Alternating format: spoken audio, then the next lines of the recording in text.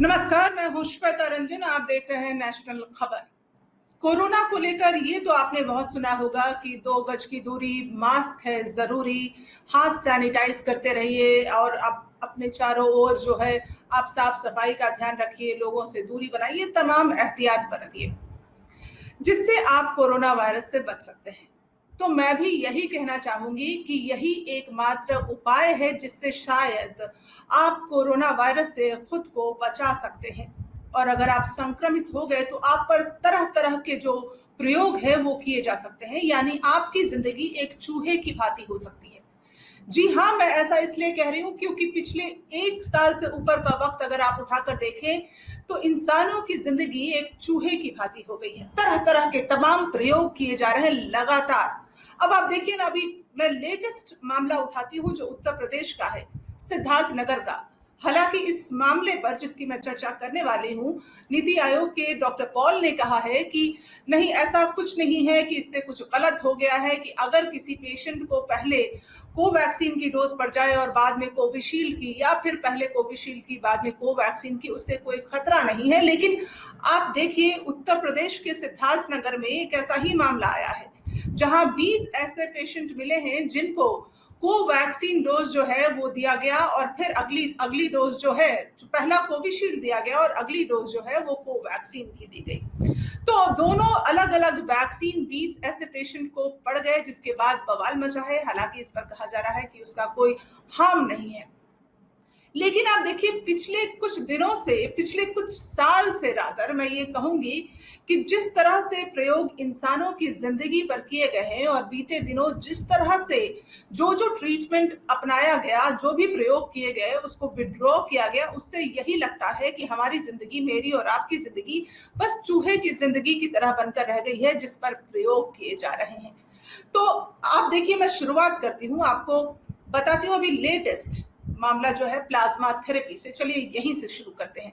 इसको जो Covid protocol है उससे आईसीएमआर ने बाहर कर दिया है कि अब प्लाज्मा थेरेपी जो है कारगर नहीं है, क्योंकि प्लाज्मा थेरेपी को लेकर खतरा बताया गया। पहले तो बोला गया कि प्लाज्मा थेरेपी जो है वो बेहद कारगर है और चारों तरफ जैसे भीड़ मच गई, लोग अफरा तफरी मचाने लगे।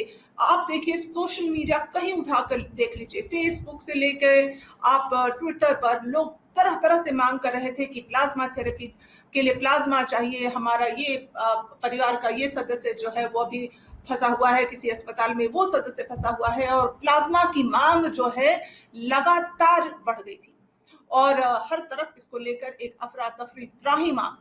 लेकिन अचानक से ये गाइडलाइन आ जाता है कि प्लाज्मा थेरेपी जो है वो कारगर नहीं है, और इसको लेकर जो है तमाम शंकाएं उठने लगी। और ये शंका इतनी खतरनाक हो गई कि ये कहा गया कि शायद ये जो प्लाज्मा थेरेपी है जो इंसानों की जिंदगी पर प्रयोग किया जा रहा था और कहा जा रहा था कि इंसान इससे बच सकते हैं, एक उपाय है, ये प्लाज्मा थेरेपी के माध्यम से कई मरीजों की जान बच रही है, अचानक से पाया गया कि इससे नए खतरनाक वेरिएंट जो हैं कोविड-19 कोरोना वायरस के, वो पैदा हो रहे हैं। तो अब देखिए, जब से इस प्लाज्मा थेरेपी को प्रोटोकॉल से बाहर किया गया है तब से इस पर सवाल लगातार उठ रहे हैं। और अब पुणे एफएमसी के जो वरिष्ठ डॉक्टर हैं, प्रोफेसर हड्डी रोग विशेषज्ञ हैं, retired major general VK Sinha, उन्होंने इस पर सवाल उठाया है और उन्होंने तीखे प्रहार करते हुए उन्होंने एक चिट्ठी लिखकर पूछा है कि बताइए कि टाइम लाइन और ठोस वैज्ञानिक आधार के बगैर रेमडेसिविर, आइवरमेक्टिन, स्टेरॉइड और प्लाज्मा थेरेपी के इस्तेमाल की सलाह कैसे दी गई और फिर अचानक यू टर्न क्यों लिया गया। तो इस पर समीक्षा जो है इस पूरे मामले पर तेज हो गई है कि आखिर इन चीजों का इस्तेमाल क्यों किया गया।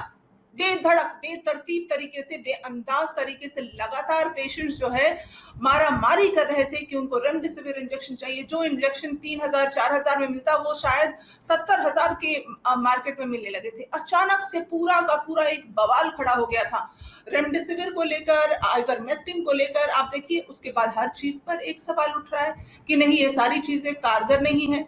ये सारी चीजें बेकार हैं। प्लाज्मा थेरेपी जिसके लिए इतना बवाल मचा, उसको भी बाहर कर दिया। अब आप कोवैक्सीन देते हैं, फिर दूसरी कोविशील्ड दे देते हैं, या कोविशील्ड देते हैं फिर कोवैक्सीन दे देते हैं।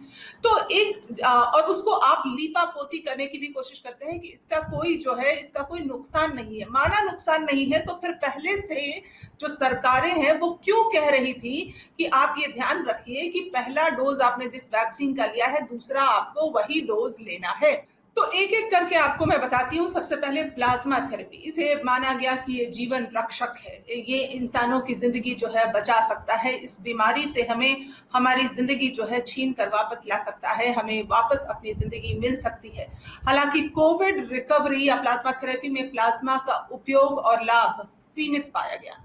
ये पाया गया कि इसका बहुत ज्यादा उपयोग नहीं हो रहा है। इस पर तमाम जो डॉक्टर्स हैं उन्होंने चिट्ठी लिखी आईसीएमआर को और कहा कि इसका कोई ऐसा कोई सबूत नहीं मिल रहा जिससे कि पेशेंट के लिए बहुत फायदेमंद हो, तो इसको हटा देना चाहिए। तो इस पर डॉक्टर और वैज्ञानिक जो है विशेषज्ञ, उन्होंने ये कहा कि इसे तर्कहीन उपयोग की चेतावनी के बाद तर्कहीन शब्द का इस्तेमाल किया गया और इस थेरेपी को हटा दिया गया।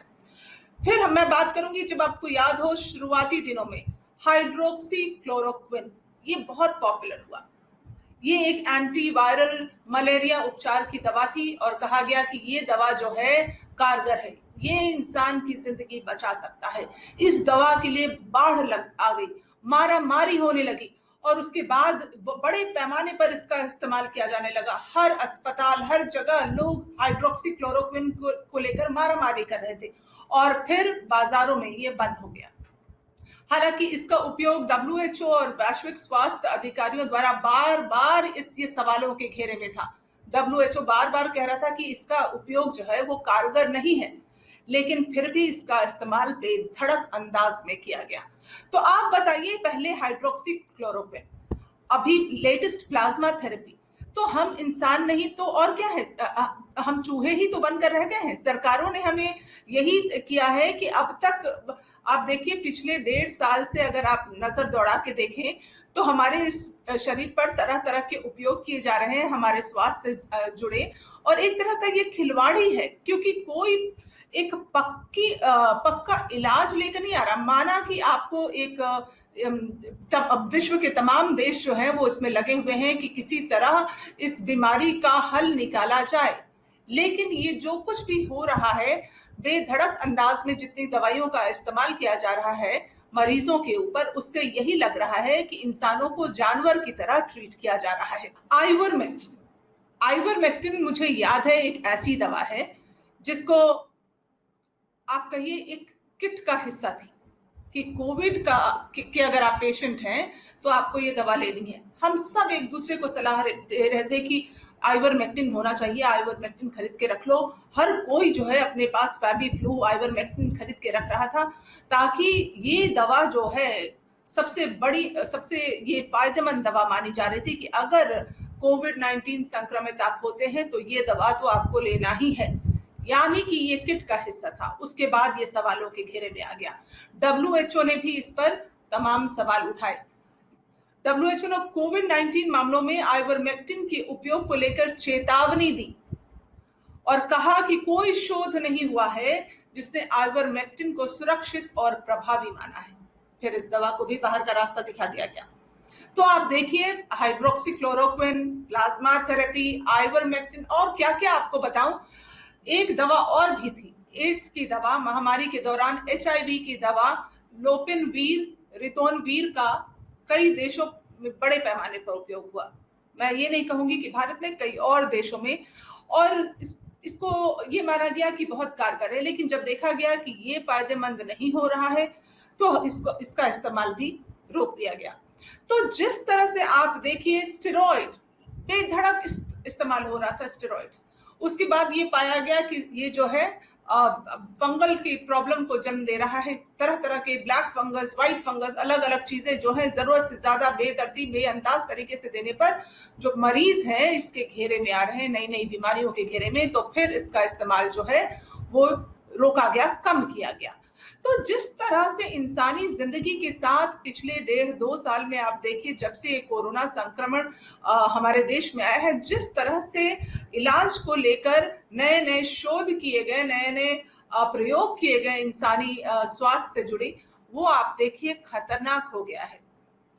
क्योंकि ना सिर्फ इंसान एक तरह से भ्रमित हो जाता है, घबरा जाता है, और जो दवा उसको 3 से 4,000 में उपलब्ध हो सकती है, वो दवा के लिए वो 70,000, 1 लाख कितनी कालाबाजारी हुई रेमडेसिविर को लेकर। लोग रेमडेसिविर के लिए सीएमओ के पैर पे गिरते नजर आए। अगर आपको याद हो, कई ऐसे मामले आए, लोगों ने क्या से क्या नहीं किया रेमडेसिविर इंजेक्शन के लिए, लेकिन उसके बाद अचानक से ये कारगर साबित नहीं हुआ।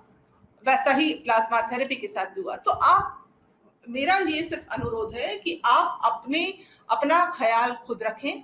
आप अपने आप को बचा कर रखें, मास्क पहने, घर में भी मास्क पहने ऐसा कहा जाता है, और अगर आप बाहर निकलें तो जरूर पहने, और एक सोशल डिस्टेंसिंग बना कर रखें, क्योंकि आपकी सुरक्षा आपके अपने हाथ में है। क्योंकि अगर आप संक्रमित होते हैं तो ये तमाम तरह के प्रयोग हो सकता है, कई और ऐसे प्रयोग हैं जो होते रहें।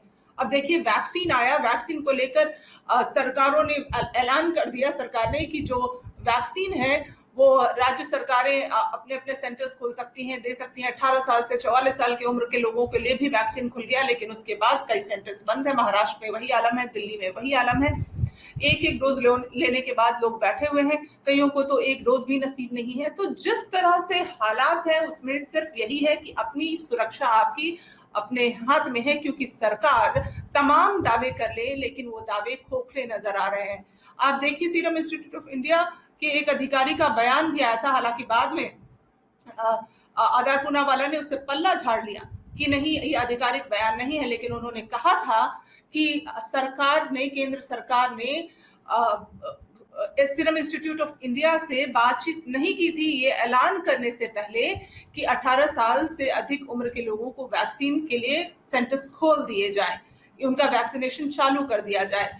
तो उनके पास उतनी वैक्सीन ही नहीं थी, कैपेसिटी ही नहीं थी, तो क्यों खोल दिया गया 18 साल से ऊपर के लोगों के लिए, यानी युवाओं के लिए। तो ये जो तरह तरह के बयान बीच बीच में रहकर आते हैं, हालांकि सरकार ने कई ऐसे आरोप जो केंद्र सरकार पर लग रहे हैं उस पर कल 7 सवालों के जवाब भी दिए हैं कि ऐसा नहीं है कि सरकार प्रयत्नशील नहीं है और जल्द ही इतने डोज आने वाले हैं। 4 और कंपनियों से बाहर से सरकार जो है वैक्सीन मंगवाने वाली है। तमाम दावे सरकार कर रही है, बहुत अच्छा है, लेकिन आपकी सुरक्षा आपके अपने हाथ में है। अगर आप मेरी राय से सहमत हैं तो हमारे चैनल को जरूर लाइक करिए और सब्सक्राइब भी करिए। अभी आप मुझे दीजिए इजाजत। नमस्कार।